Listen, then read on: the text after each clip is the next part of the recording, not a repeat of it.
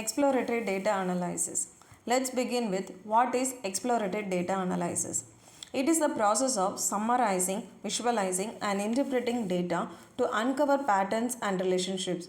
It is like detective work for understanding what your data is trying to tell you. Why is EDA important? In order to identify missing or incorrect data, to discover relationships between variables, and to detect outliers and anomalies, also to validate assumptions before applying statistical or machine learning models.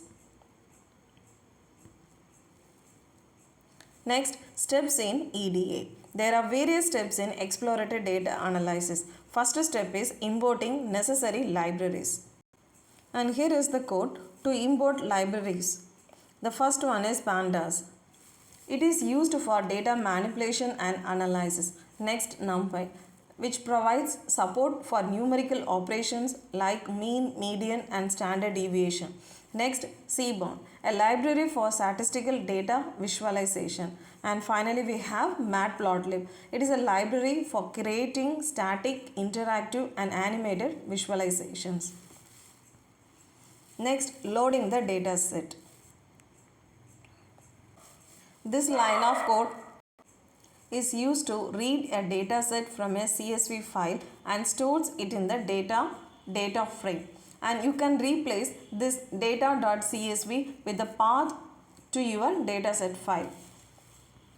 Next, inspecting the data. Here we have two functions that is used for inspecting the data. Data.info function provides a summary of the dataset including the number of non-null values and data types and memory usage. The data.describe function provides statistical summary for numerical columns such as mean, median and standard deviation. Next step is checking for missing values. In order to check the missing values, we can use data.isNull function and also .sum function. This line of code can check for missing data in each column. The isNull function identifies missing values and sum function gives the count of missing values for each column. Next step is visualizing data. For visualization of data, we have various techniques like histogram, box plot, scatter plot, line plot, etc. The histogram is used for the distribution. The main purpose of this histogram technique is to visualize the frequency distribution of a numerical column. The next method is box plot, which is used for identifying the outliers in the data. Here, SNS.boxplot function is used, which is used to create a box plot showing the median, quartiles and potential outliers. Next, we have scatter plot, which is mainly used to identify the relationship between two numerical variables. Here, variable 1 and variable 2 is used. Variable 1 is assigned to x and variable 2 is assigned to y. You can replace variable 1 and variable 2 with the column names.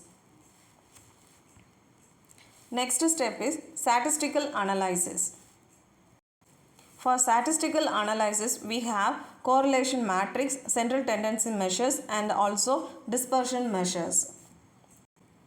The correlation matrix is used to find the relationship between numerical variables. The correlation function computes the correlation matrix for numerical columns. Next, the heat map, which is used to create a heat map to visualize the correlation. Next is central tendency measures, which is used to compute the mean, median and mode of a column. The column name with your desired column can be replaced. Next is the dispersion measures.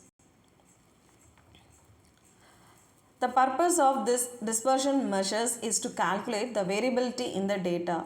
Here we can use standard deviation functions and variance functions. The standard deviation function that indicating data spread and variance functions which is used to measure the data dispersion.